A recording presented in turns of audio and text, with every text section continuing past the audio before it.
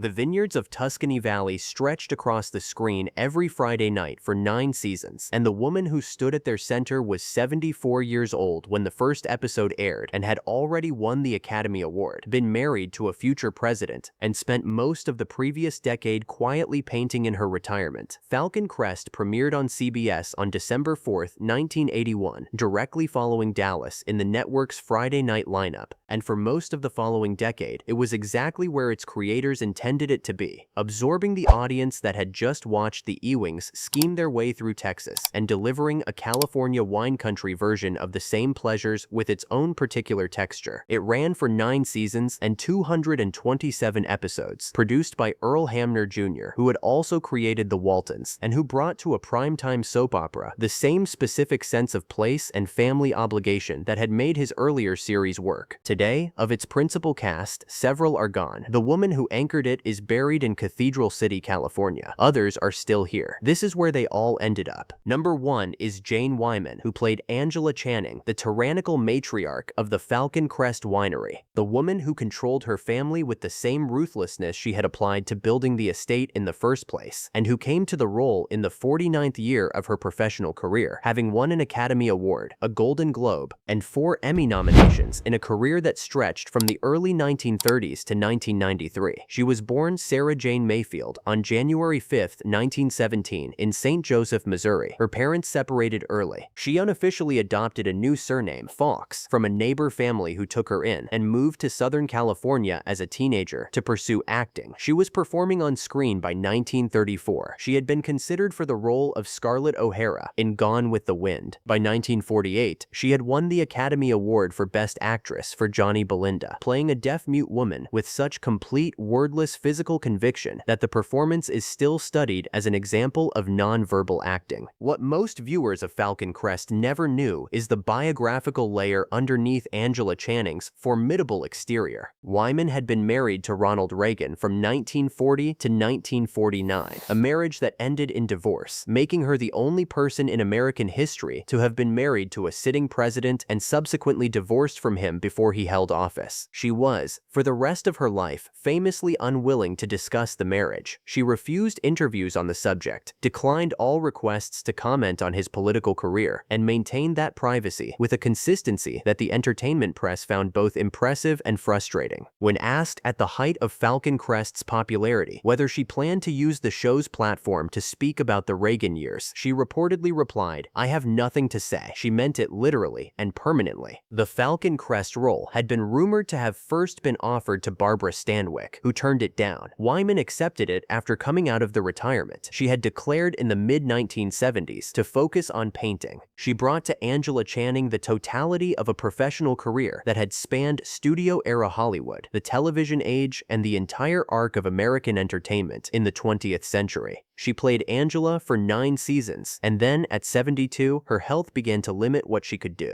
She departed the show after the 2nd episode of the 9th and final season, her character placed in a coma, a narrative convenience that allowed the story to continue while the actress recovered, and then insisted on returning for the final 3 episodes against her doctor's advice. She could not leave it unfinished. Jane Wyman died on September 10, 2007, at her home in Rancho Mirage, California, of natural causes. She was 90. She had suffered from arthritis and diabetes in her later years. She is interred at Forest Lawn Mortuary and Memorial Park in Cathedral City, California. The woman who was considered for Scarlett O'Hara, who married a president, who spent a decade painting in retirement and then went back to television at 74 and played a wine country tyrant for 9 seasons, is in Cathedral City, the same desert community where the final season of her final show was filmed, not far from where she chose to end her life. She came home to the desert. Number 2 is Robert Foxworth, who played Chase Gioberti, Angela Channing's nephew, the Vietnam veteran airline pilot who returned to claim his inheritance and spent 9 seasons being the show's moral counterweight to Angela's ruthlessness, and who is alive in 2026, still working occasionally, carrying a personal history that intersects with one of the most significant losses in American entertainment history. history. He was born on November 1st, 1941 in Houston, Texas, studied drama at Carnegie Mellon University, and built a career in film and television through the 1970s before Falcon Crest made him a Friday night fixture. He played Chase for 155 episodes, a character who was required to be decent in a context that made decency structurally difficult, who kept trying to do the right thing in a family that rarely agreed on what the right thing was. What most viewers never knew is that Foxworth spent 20 years living with actress Elizabeth Montgomery, the star of Bewitched, before marrying her in 1993. Montgomery died of colon cancer on May 18, 1995, just 2 years after their marriage. The loss shaped him in ways he has spoken about publicly, with a candor that is unusual in someone from his generation of Hollywood performers. He remarried in 1998 and has continued making occasional television appearances, including work on Star Trek, Deep Space Nine, Bones, and Brothers and Sisters. He voiced the character Ratchet in the Transformers animated series. He is, in 2026, a working actor in his early 80s, still associated primarily with the show that put him in a California vineyard every Friday night for most of a decade. Number 3 is Susan Sullivan, who played Maggie Giaberti, Chase's wife, the journalist whose professional ambitions gave her storylines a different texture than the family business plots that dominated the show's central narrative, and who is alive in 2026, still working, perhaps best known to a younger generation as Stephanie Pratt in Castle in Dharma and Greg, or as the mother of Richard Castle in the ABC series Castle. She was born on November 18, 1942 in New York City and came to Falcon Crest already carrying a substantial television resume, years of soap opera work, years of episodic guest appearances, a Golden Globe nomination for the 1979 miniseries, having it all. She stayed with Falcon Crest through its entire 9-season run, making Maggie Giaberti one of the show's most durable presences, and has continued working in television and theater with a consistency that suggests someone who simply enjoys the work and has never felt the need to perform retirement. She is in 2026 one of the most quietly active survivors of the show's original cast. If these stories mean something to you, please subscribe. Every detail in this script was researched and verified. Your subscription keeps this channel alive. Number 4 is Lorenzo Lamas, who played Lance Cumpson, Angela Channing's irresponsible, attractive, chronically self-destructive grandson, whose romantic entanglements and moral shortcomings gave the show most of its younger generation storylines, and who is alive in 2026 at age 67, still working in television and still carrying the very specific biographical layer that most Falcon Crest viewers gradually became aware of as the show's seasons accumulated. He was born on January 20, 1958 in Los Angeles, California, the son of actor Fernando Lamas and actress Arlene Dahl. Fernando Lamas had appeared on a 1955 episode of Jane Wyman Presents the Fireside Theater, a show hosted by Wyman before Falcon Crest, when Lorenzo was 3 months old. By the time Lorenzo joined Wyman's cast on Falcon Crest 26 years later, the connection between the families had circled back into their professional lives in a way that neither of them had planned. He received a Golden Globe nomination for Best Supporting Actor for his work on the show. After Falcon Crest ended in 1990, he went on to play Reno Raines in the syndicated action series Renegade, which ran for 5 seasons and introduced him to an entirely different audience. He has been married 5 times and has 5 children. He has appeared on The Bold and the Beautiful, on Dancing with the Stars, and in various reality television formats. He remained close to Jane Wyman through the final years of her life and spoke about her with consistent warmth in interviews after her death. The man who had been 3 months old when Wyman first met his father spent 9 years as her grandson on screen, and the friendship that resulted outlasted the show by 17 years. Number 5 is David Selby, who played Richard Channing, Angela's illegitimate son, who arrived in the show's 2nd season as the heir to a California newspaper empire and immediately became one of Falcon Crest's most compelling antagonists, and who is alive in 2026, still occasionally working, still associated in the public memory with a character who operated across 9 seasons of the show with a sophistication reputation that the show's villain plots occasionally did not deserve. He was born on February 5,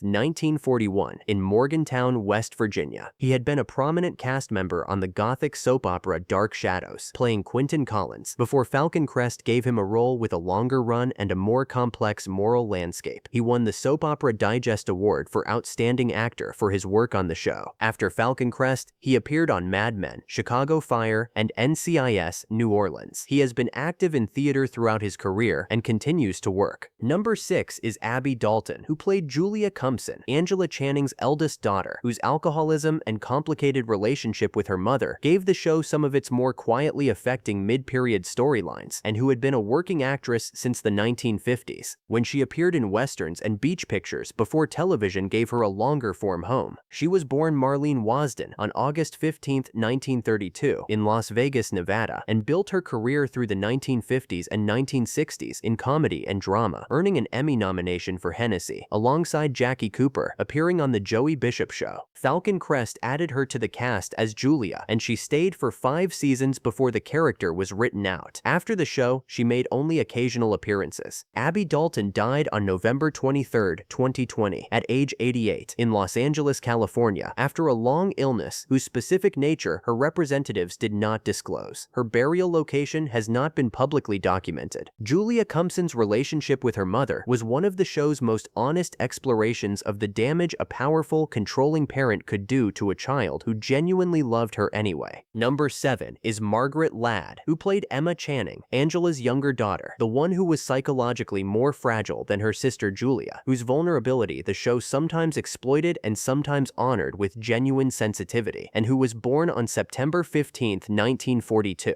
in Portland, Maine. She had worked in film and television through the 1960s and 1970s, before joining the Falcon Crest cast at the show's premiere and staying for 5 seasons. Her Emma was the show's most consistently sympathetic character in the Channing family, the one who bore the damage of her mother's control most visibly and who recovered most incompletely. After Falcon Crest, Ladd stepped back significantly from acting. Her burial location and current status have not been widely documented in recent public records. Emma Channing was the most broken person at the Falcon Crest table. Margaret Ladd played that brokenness with a restraint that made it more affecting than melodrama would have allowed. Number 8 is William R. Moses, who played Cole Giaberti, Chase's son, the younger generation's representative in the family conflict, a character who gave the show a bridge between the older generation's established rivalries and a future the vineyard itself might inhabit, and who is alive in 2026, still working consistently in television, movies, and series. Still the Cole Giaberti face in the Falcon Crest fan community's memory. He was born on November 7, 1959, in Los Angeles, California, and has built one of the more durable post-primetime soap careers of the original cast, appearing in Mystery Woman for the Hallmark Channel and in various television film productions through the 2000s and 2010s. He is one of the most consistently fan-accessible of the surviving cast members and participates regularly in Falcon Crest reunion events. Number 9 is Anna Alicia, who played Melissa Agretti Cumpson, Lance's scheming, ambitious wife, the woman whose social climbing and romantic manipulations gave the show much of its younger generation conflict, and who appeared in all 9 seasons of Falcon Crest, making her one of the show's most durable and consistent dramatic presences. She was born Ana Alicia Ortiz on December 12, 1956, in Mexico City, Mexico, raised in El Paso, Texas, and arrived in Hollywood after regional theater work and soap opera appearances. What most viewers never knew is that Ana Alicia pursued a parallel education throughout her acting career, earning a master's degree in clinical social work while still working full-time on Falcon Crest, a discipline she has practiced privately since leaving acting in the mid-1990s. Melissa Cumpson spent 9 seasons scheming for power inside the Channing family. The actress playing her spent those same years quietly preparing to spend the rest of her life helping people. She is alive in 2026, working as a clinical social worker, largely away from the public eye, having made the kind of transition from celebrity to private service that the entertainment industry rarely produces and almost never celebrates. The vineyard she left is still there on screen. The work she chose afterward is invisible, which is exactly the point. They ended up in Cathedral City, in a Texas retirement, in New York, in various California communities, where the television work continues. Jane Wyman is at Forest Lawn in Cathedral City, the Oscar winner who married a president and spent the last chapter of her working life as a figure fictional wine country tyrant, buried in the desert she chose. Abby Dalton is in an undocumented location, her Emma's fragility having survived 9 seasons of Angela Channing's imperious certainty. And the rest of them are still here. Robert Foxworth still working, still carrying Elizabeth Montgomery, still the decent man who kept trying to do the right thing in a family that made that very difficult. Susan Sullivan still working at 83, still finding roles. Lorenzo Lamas still active, still remembering the woman who had met his father